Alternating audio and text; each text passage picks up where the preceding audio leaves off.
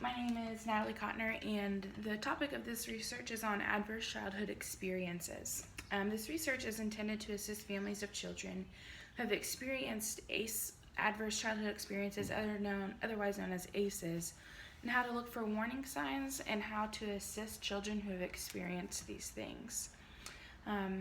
Never had I ever heard about adverse childhood experiences until I started interning at the Dream Center in Evansville, Indiana, where I was approached about the subject, and we wanted to use research to learn how to better assist the children that we serve at the Dream Center. And so I started looking into this test, basically is what it is, and I learned that my score is a 6. And so basically what an adverse childhood experience test is a series of 10 to 11 questions that asks about things you had experienced when you were a little kid in your home, and we'll talk more about that in a little bit. I grew up in a home. I lived with my mom until I was the age of 10, and then I moved in with my dad, and I have a really large family, and so you can only imagine what that's like. My dad has 3 sisters. My mom's the oldest of 6 children, and my grandma comes from 11 children.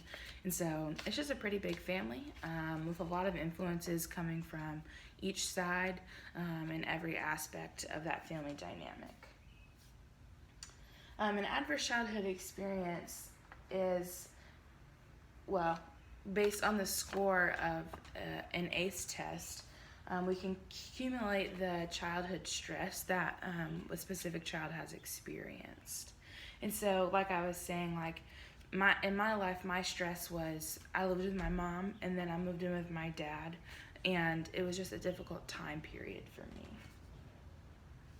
And so here we just have a diagram. Oh shoot, you can't see that. There we go. So here we have a diagram that talks about what adverse childhood experiences are in the home.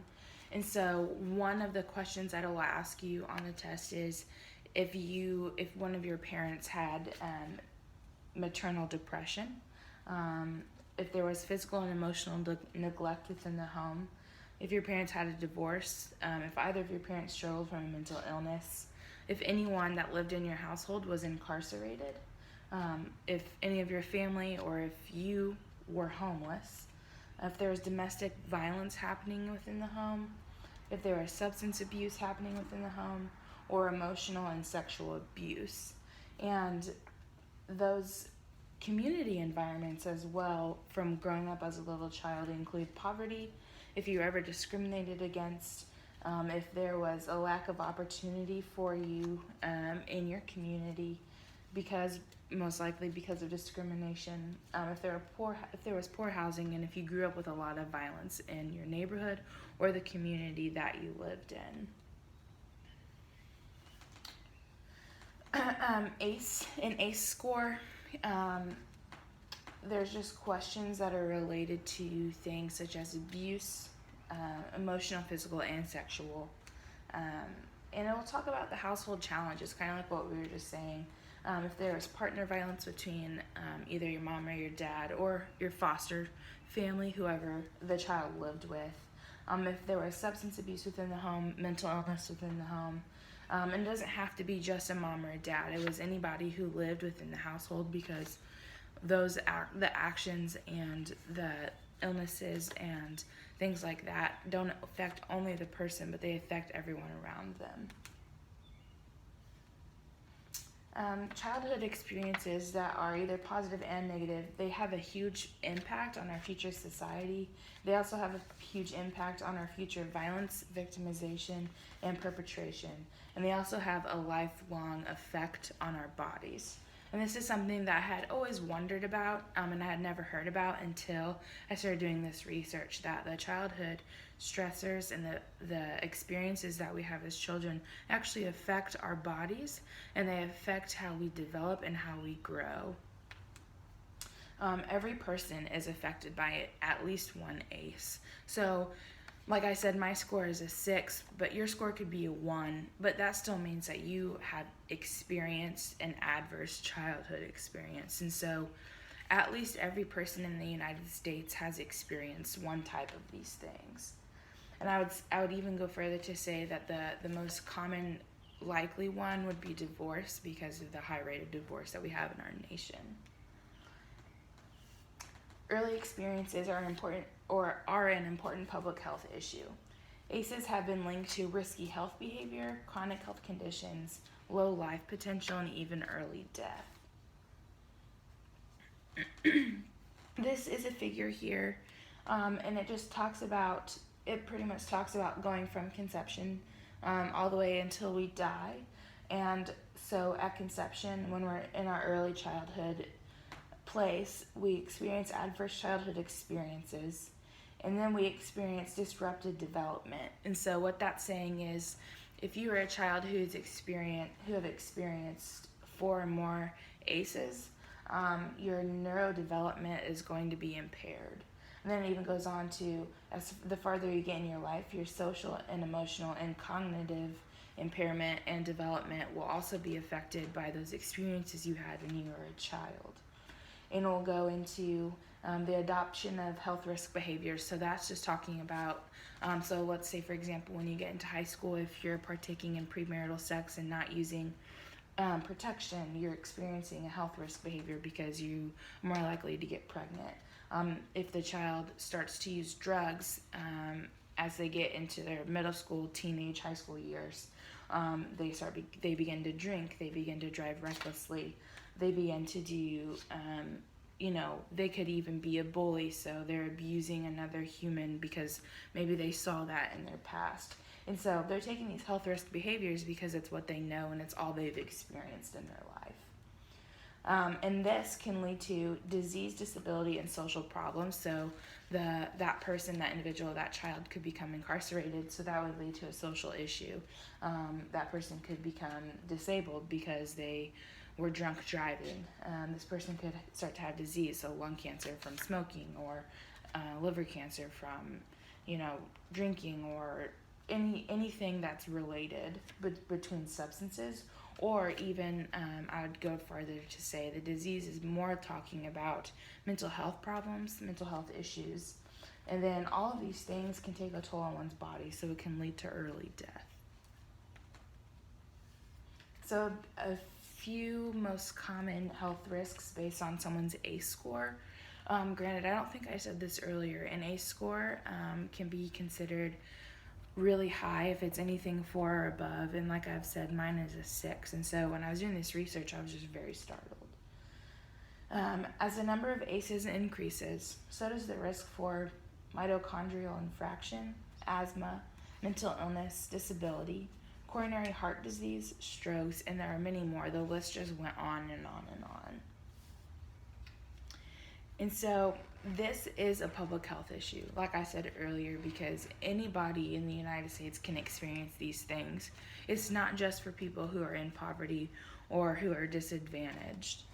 And so we're going to listen to a little TED Talk by Noreen Burke, and she explains better of how this is a public health issue.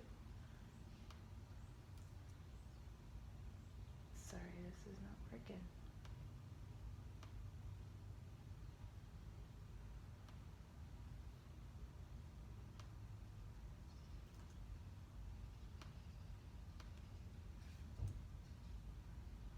Yeah, and so she was a doctor that did research in the state of California, I believe, and she started just realizing that a lot of children were diagnosed with diseases that they didn't really have.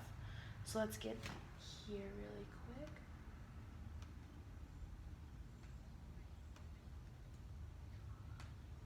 That it felt like something else was going on. Somehow, I was missing something important. Now, before I did my residency, I did a master's degree in public health.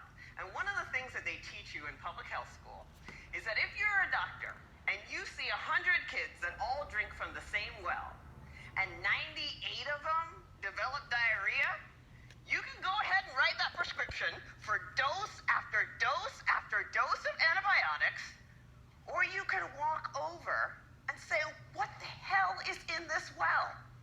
So I began reading everything that I could get my hands hands-on about how exposure to adversity affects the developing brains and bodies of children. And then one day, my colleague walked into my office and he said, "Dr. Burke, have you seen this?" In his hand was a copy of a research study called the Adverse Childhood Experiences Study. That day changed my clinical practice and ultimately my career.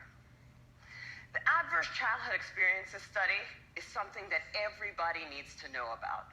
It was done by Dr. Vince Felitti at Kaiser and Dr. Bob Onda at the CDC, and together they asked 17,500 adults about their history of exposure to what they called adverse childhood experiences, or ACEs. Those include physical, emotional, or sexual abuse, physical or emotional neglect, parental mental illness, substance dependence, incarceration, parental separation or divorce, or domestic violence. For every yes, you would get a point on your ACE score. And then what they did was they correlated these ACE scores against health outcomes. Yeah, so as we can see, her research that she did was based off of research that was done by the CDC, and they correlated adverse childhood experiences with health issues.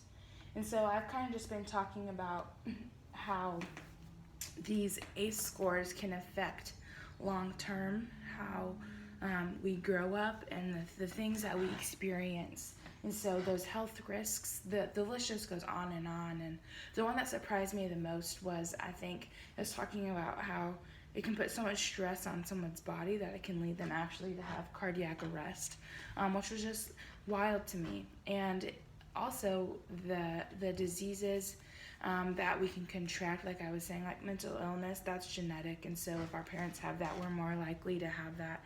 And if if somebody, begins drinking at a really young age, it's like, and they end up getting liver cancer, it's like that's a pretty good indicator of why they had those things. But it's not even just cancers. It was talking about how you can have just like diseases in your body that are not common because of the adverse childhood experiences. So Lorraine Mackey was a researcher, and she and some other researchers studied current exposures to children from ages 0 to 5 that measured explicit abuse and neglect as adverse childhood experiences. They did home studies on these children and the parents. I think that's key, not just the children. It doesn't affect just the children, and the children don't affect just themselves. What is affecting the children and what is leading to these adverse childhood experiences are the parents and the people that are in the home. These researchers conducted that adverse childhood experiences such as neglect, abuse, and illegal behaviors do in fact have an impact on the way children behave and the health as their life continues. As an individual grows up, experience things such as mental illness in a parent, divorce, psychological abuse, sexual abuse, emotional abuse, hunger, poverty, neglect, drug abuse. These experiences begin to define whom they are as they grow up as a child. And so I guess the question is, well, what can we help to do? Like, what can we do to help fix this?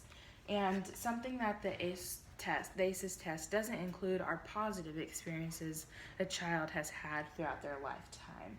And so a positive experience can be influential people, so normally family members, aunts, uncles, community leaders, grandparents, after school activities, sports, friends, and even goals or religion. And so there isn't much research on how to avoid or reverse a child who has experienced an adverse childhood experience or multiple. But it is possible. There is research and there is discussion out there that just talks about how positive influences can affect and impact a child's life. And so just some resources here in the Evansville area, I would say our Big Brother, Big Sister program. That just mentors children who have experienced things, or just for children who need somebody in their lives that's going to be there for them and isn't going to be flaky. They're just somebody who can really help them along their life as a child into middle school, into high school. I'd also say the Dream Center, they're working on a new program that goes from infancy to college, and so they also just provide mentors. And I would say the biggest resource that you could have, that a child could have, can be you. Because as somebody in their life, you probably know a child who has had these experiences, and the biggest impact you can have is to just hang out with them and mentor them and tell them that you believe in them, and just try and help them as much as you can.